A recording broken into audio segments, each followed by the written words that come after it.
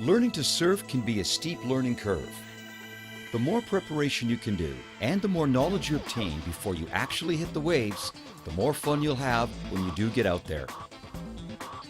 Learning a little about ocean theory, safety, and etiquette will help you get the most out of your surfing experience. An accredited surf instructor can introduce you to all these fundamentals and will greatly accelerate your early surfing development. There are many different styles of surfing, from cruising on longboards to tricks on modern shortboards and big wave riding. The right choice of equipment for your physique and ability is key to your surfing enjoyment. A soft beginner board is perfect to learn on, to practice catching whitewater waves, standing, and riding your first unbroken waves. Longboards are suited to small, long peeling waves, ideal for walking the board and nose riding. A minimal or fun board will give you some of the stability of a longboard, but will be easier to maneuver as you learn to turn your board.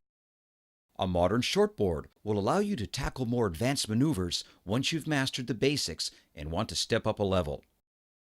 Any one of the modern fish and single fin variations are a great alternative to have fun in small waves and experiment with surfing styles.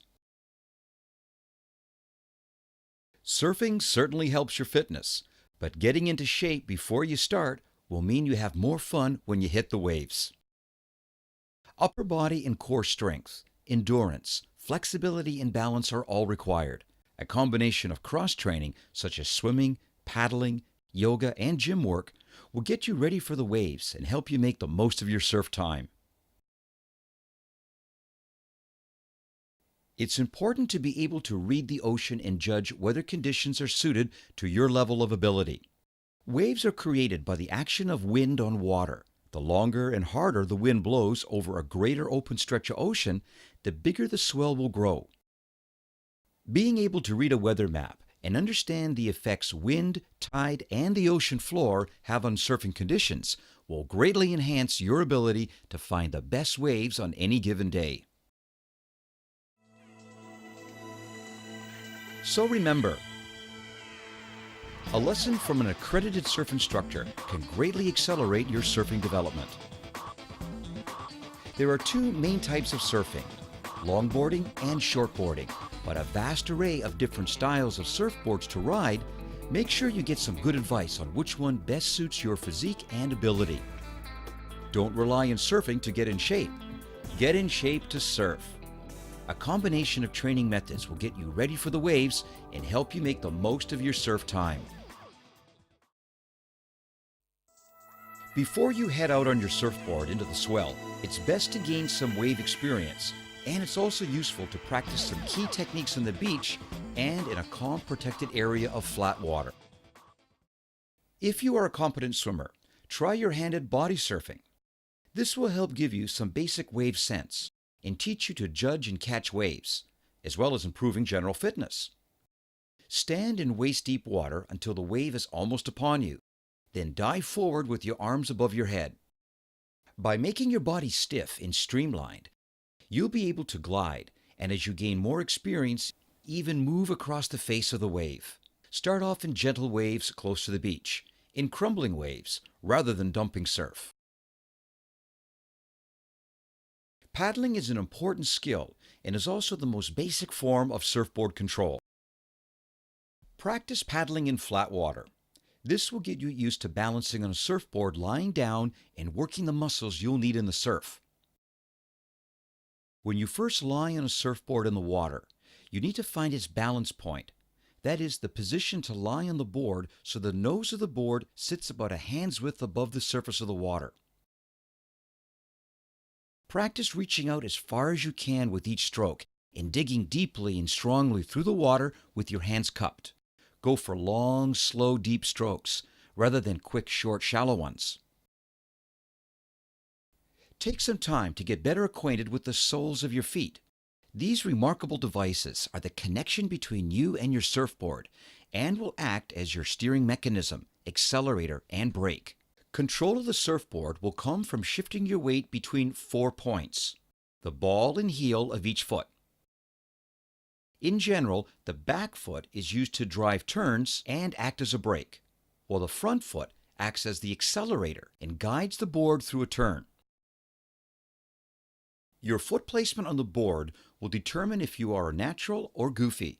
If you put your left foot forward, you are a natural footer. If you instinctively put your right foot forward, you are a goofy footer. On a right braking wave, a natural footer will be riding front side, facing the wave. On the same wave, a goofy footer will be riding backside with their back to the wave. A good stance allows you to control the board's speed and direction, and will translate the mind's intentions into relaxed, flowing movements. Once in the water, your body will be in constant motion, adjusting and compensating all the time. However, this basic stance is a good position to aim for when you start riding. Your feet should be roughly shoulder-width apart, knees slightly bent, hands at your sides around shoulder height, pointing forwards. Your back arm should be bent and held out in front of you near your chin, while your front arm is at chest height, stretching out in line with your shoulders. Your lower body should be solid and strong, with your upper body remaining relaxed and flexible. Now you have the beginnings of a solid stance. It's time to learn how to get to your feet. Place your hands on the rails of the board level with your chest slightly raised. Bend your back leg up and out to the side so that your foot rests against the knee of your front leg. Your back foot is now close to the position it will be in when you stand up. In one motion, push up with your arms and back leg. Bring your front foot into position with your knee close to your chest, vertically below your head. Your back foot remains in the same position, but now with the sole pressed flat on the deck of the board. Raise your body into a crouch and spread your arms out at your sides to balance yourself. You can practice this action almost anywhere you have room to lie down, and the more you do it, the better. To get a feel of how your board will move in water, you can practice some exercises on the beach. Build a small mound of sand in front of you. Place your board on top and kneel by its side. Get used to the feeling of putting weight on the tail, lifting the nose, and pivoting the board back and forth. These are important skills when it comes to getting you and your board out through the whitewater. To get used to shifting your weight when you ride the board, try standing on the board on top of the mound. Try shifting your weight back to make the nose lift. This will make the board decelerate on a wave. Shift your weight forward by tipping the nose of the board down as you will when you take off on a wave. This will make the board accelerate on a wave. As you practice, try and keep your motions fluid and gentle. Once you've built up your confidence on land, it's time to get out there and catch some waves. Find a place a little away from other surfers. As you wade into the water, push the board along next to you, flat on the water. As the wave approaches, push down on the tail, lifting the nose up and over the oncoming wave. Then let the nose fall back down and continue on your way. To maintain control, keep your board perpendicular to the waves at all times.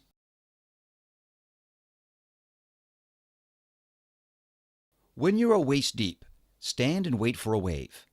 Just as the wave reaches you, push the board in front of you and jump on in your regular paddling position. Take a few strong strokes, then try and jump to your feet in one smooth motion. Concentrate on your stance, staying low and balanced. With your feet roughly shoulder-width apart, knees bent, hands out at your sides pointing toward the nose of the board. Be patient. Catching whitewater waves and getting to your feet consistently will take a while. The more time you spend practicing, the faster you will advance. So remember, Swimming out into the waves and learning to body surf will improve your fitness and develop your wave sense. When paddling, keep your hands cupped and concentrate on making deep, long strokes. Practicing the stand-up drill on land is a great way of making sure you are prepared when it comes to standing up on a moving wave.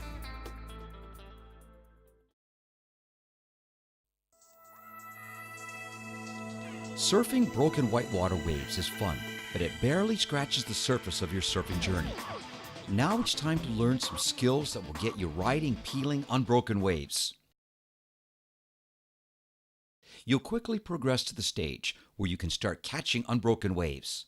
To do this, you'll need to reach the lineup beyond the breaking waves. To paddle through the broken waves, get some speed up as the wave approaches, then hold the rails of the board firmly and push up, letting the wave roll between you and your board. You'll lose ground slightly when you punch through waves, so it's important to begin paddling as soon as you are back on your board. Bigger broken waves can be dealt with by rolling the board over and using your body to anchor the board as the wave passes over. This is called turning turtle. Once the wave is passed, roll back on the board and continue paddling. If and when you progress to a standard shortboard, you can learn to punch through waves using the duck dive. Just as the wave is about to reach you, push up with your arms while firmly planting your back foot or knee onto the tail of the board and push the board down as hard as you can. This should take you cleanly under the wave. As you start to rise, push the board out in front of you so you surface in a balanced position, then start paddling as soon as you surface.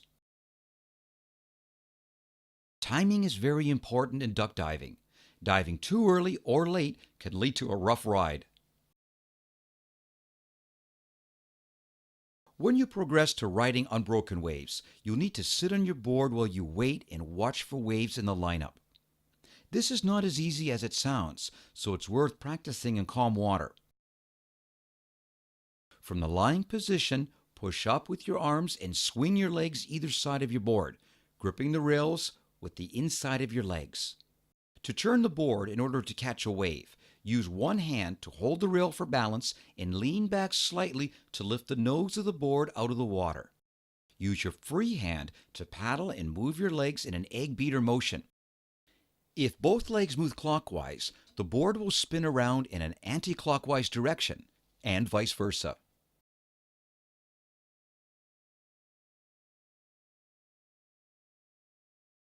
Judging and catching waves is a real art, and timing is crucial. In the lineup, the surfer closest to the breaking part of the wave has priority, so make sure you have priority before you attempt to catch a wave. As you sit and wait for a wave, watch the horizon closely for any small bumps indicating an approaching wave. When you sense you are in the right spot to catch a wave and not endangering any other surfers, turn, put your head down, and paddle hard. Glance over your shoulder at the approaching wave as you paddle and try to position yourself as close to the peak as possible. Angle your board in the direction the wave is peeling and paddle hard. You'll feel the wave lifting the tail of your board and your nose begin to point downwards. A couple more strokes and you'll have caught the wave. Once you have caught a wave, it's time to stand up. Remember the stand-up drill and get to your feet quickly and smoothly. Go with the momentum of your board as it starts to drop down the wave face, staying centered and crouched over your board. Shift your weight slightly onto the balls of your feet to angle along the wave's face. Enjoy the sensation of speeding along the clean face of the wave. You're now experiencing the feeling that gets so many surfers hooked for life. The next step after angling across the face of the wave is what's known as the climb and drop. As you trim across the wave, begin to experiment with shifting your weight. Put your weight on the balls of your feet and lean into the wave slightly. You'll feel the inside rail grab as you angle up the wave face. Now, release the inside rail by shifting your weight to your heels, and you will use your height on the wave to drop down and gain speed. As you get more comfortable with this rhythm, start to crouch into your turn off the bottom and stand taller as you come out of it to project up the wave. By using this technique, you'll gain speed as you trim along the wave.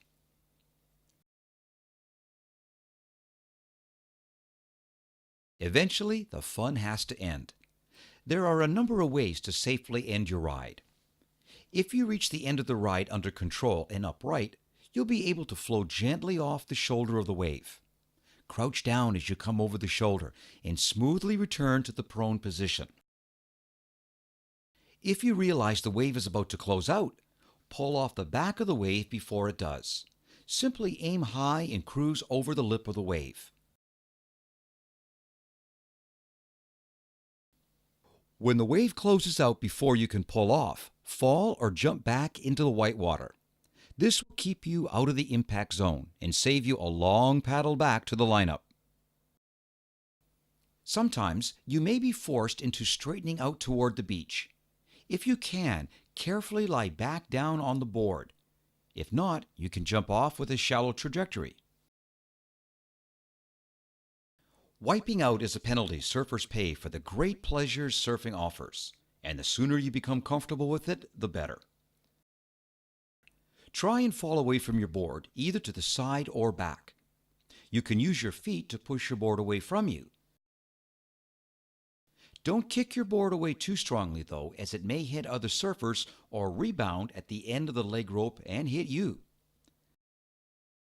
Try and grab a breath before you go under and relax and go with the turbulence until you surface. In small waves, it shouldn't be more than a few seconds. Don't surface too quickly and look out for your surfboard, oncoming waves, and other surfers when you do. Watching the waves break from the shore or a boat will give you a good idea of whether you will be surfing within your safe limits. Watch for where the waves are breaking and try to notice if there are any channels where the waves aren't breaking. You can paddle out through these channels, then angle into the break when you have reached the right position. Look out for sets of waves. There will often be long lulls where the waves seem small. By watching for a while, you'll be prepared for the size of the waves and be able to time your paddle to coincide with a lull. Watch how the waves are breaking. Are they breaking hard, dumping on the shallows, or are they crumbly and weak? How is the wind affecting them? Is it blowing onshore, offshore, or sideshore? This will affect the quality of the waves you will be catching. So remember, to pick up speed on the wave, learn to climb and drop. Work on crouching into your turns and extending out of them. Learn to control your wipeouts to reduce the risk to yourself and other surfers. Taking the time to study the waves before you paddle out will ensure you won't exceed your limits and give you valuable insight that will improve your surfing. There are a few fundamental surfing maneuvers that you will need to execute regularly, some on every wave. A solid takeoff and bottom turn will set you up nicely for more complex maneuvers throughout your ride, and a good re-entry and cutback will keep you close to the curl, the source of the wave's power. The takeoff is the most critical moment of your ride. It is the starting point of all maneuvers and begins when you stop paddling, push up into the standing position, and start to drop down the wave face. Commitment is key. You should be positioned right on the apex of the wave. Once you have caught the wave, push up quickly and launch yourself into the drop.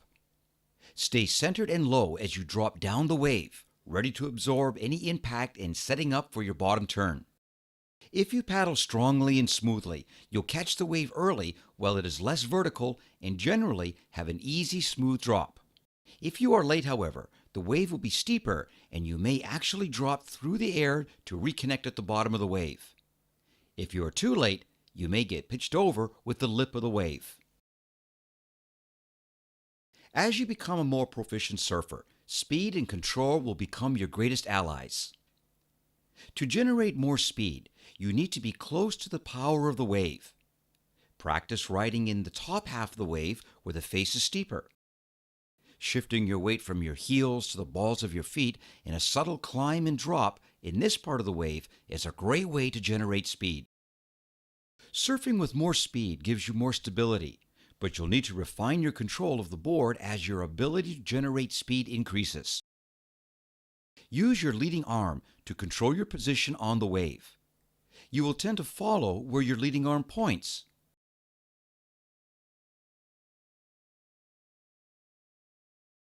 Keep your stance relaxed so you can be ready and responsive to the changing wave and any obstacles ahead.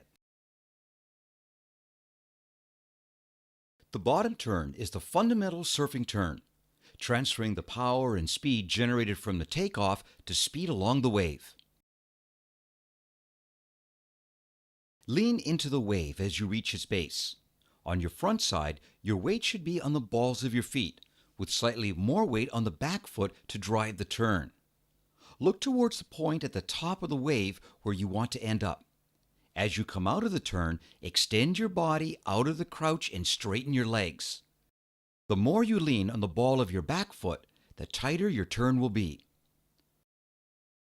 On your backside, you'll have your back to the wave when you make a bottom turn. Your body will lead your board much more than in the front side bottom turn.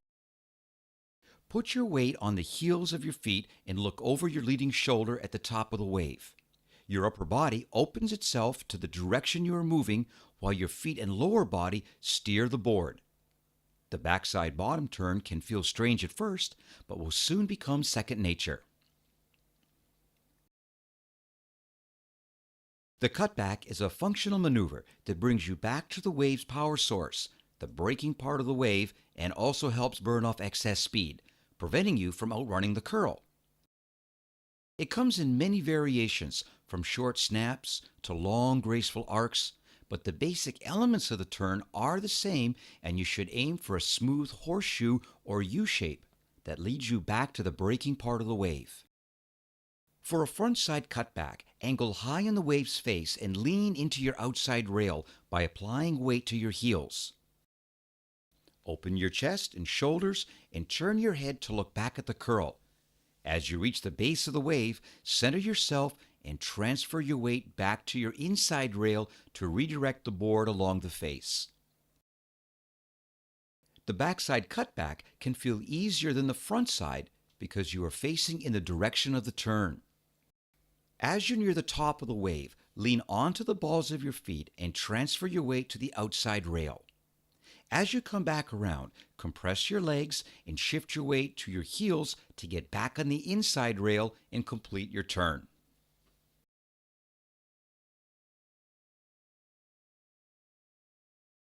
A re-entry is a fun maneuver consisting of a steep climb up the wave face, followed by a sharp turn back down toward the base of the wave.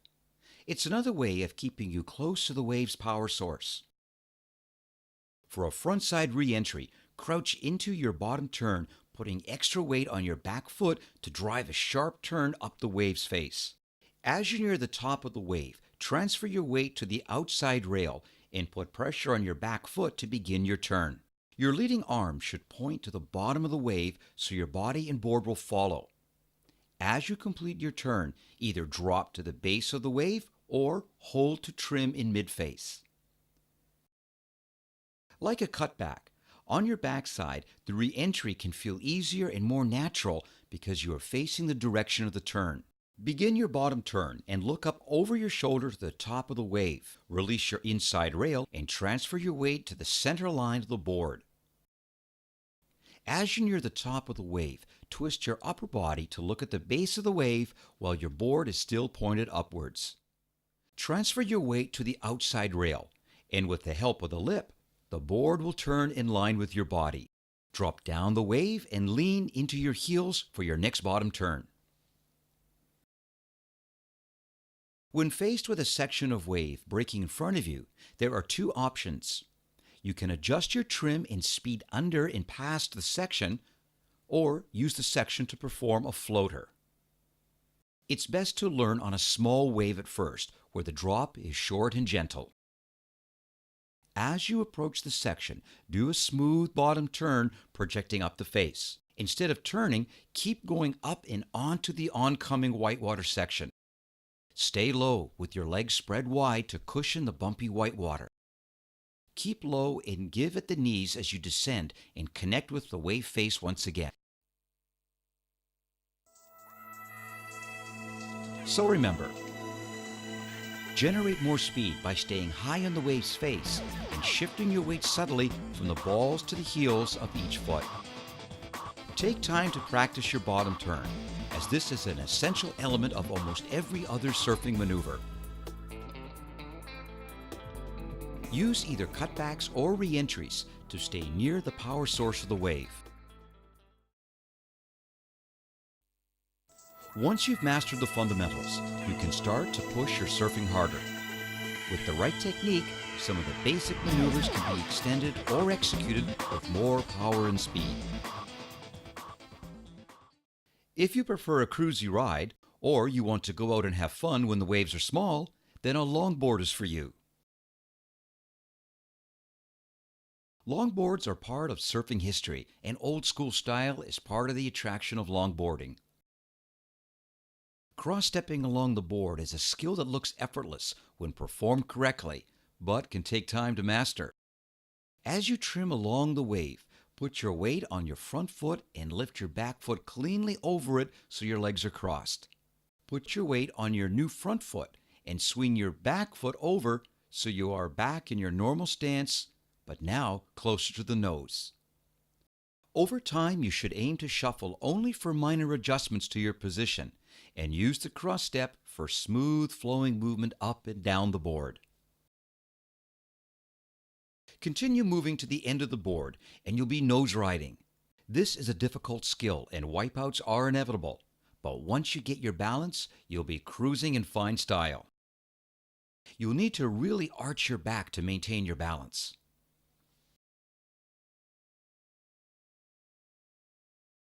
Most maneuvers can be improved by executing them faster and with more power, so experiment to see how far you can push you and your board. Watching professional surfing videos and surfing specifically to practice one maneuver will speed up your learning curve. To sharpen up your bottom turn, experiment with the position of your feet and arms so that you can throw the maximum amount of weight over the inside rail without sliding out.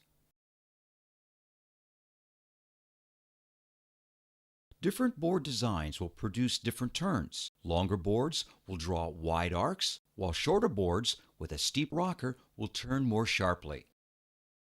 The U-shaped cutback you've been learning up to now is really only half a cutback. The full cutback draws a figure of 8, continuing your arc back to the lip or whitewater and rebounding off at its speed into your next bottom turn. As you come through your turn, aim high at the lip of the wave ahead, then twist your body to look down at the bottom of the wave with slightly more weight on your back foot to lift the nose as it hits the white water. Bend your knees as you bounce off the white water, bringing your board back around onto the face of the wave. You can improve your re-entry by sharpening your bottom turn to make it more vertical and timing the top turn so that you meet the lip as it pitches, throwing you back onto the wave. This will really harness the power of the wave and give you more speed as you descend back down the wave into your next bottom turn.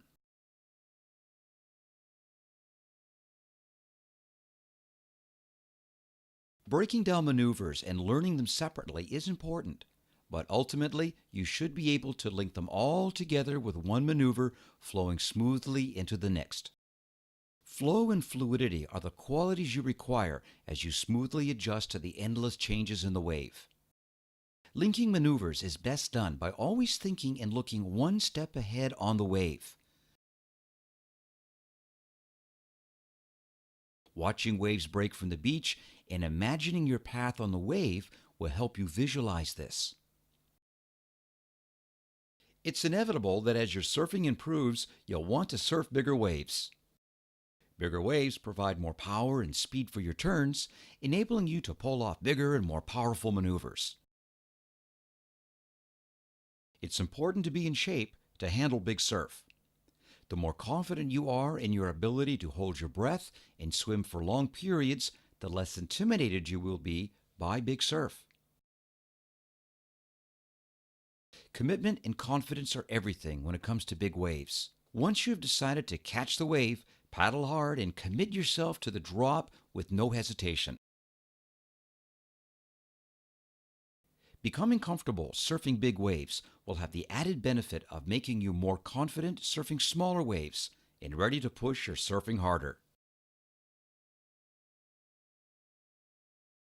Tube riding is the big one, a unique and utterly indescribable moment where you are completely surrounded by water as you ride inside the curl of a breaking wave. It is the most magical of surfing moments, and timing, positioning, and relaxation are the keys. If the wave is tubing behind you, you'll need to put weight on your back foot to stall and let the curl catch up with you.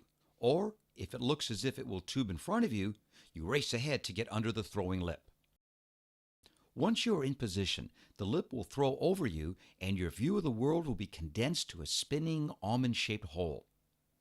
Stay low and centered to fit inside the tube. Keep your front arm ahead of you to guide you. Hopefully, you'll end up shooting out of the exit cleanly. If you are not going to make it, then you can either try and push through the curtain or simply fall off the back of your board and go with the turbulence before you surface. As well as being a useful maneuver for linking sections of smaller closeout waves, the floater can be used to negotiate larger waves that are sectioning ahead of you. Aim for the top of the wave and flatten out your board as you place it over the edge of the lip. Keep your stance wide for balance. Go with the feeling of weightlessness as you hover on the lip and give it the knees as you reconnect with the wave's face and go into your next bottom turn. The landing can be hard on bigger waves, so kick the board out if you think you won't make it. Surfing is a sport that is constantly evolving, and aerials have been one of the biggest areas of experimentation in recent years. You'll need plenty of speed to break free of gravity and the wave, and you'll also need to learn to recognize a good launch pad. Build speed on the wave and focus on the part of the wave you'll use as your launch pad. As you approach the takeoff, lean back slightly onto your back foot to lift the nose. Extend upwards and then bend your knees into your chest as you take off. Once airborne, grab the rail for control. Extend your legs to push the board back down onto the wave, then absorb the impact of the landing by bending your legs.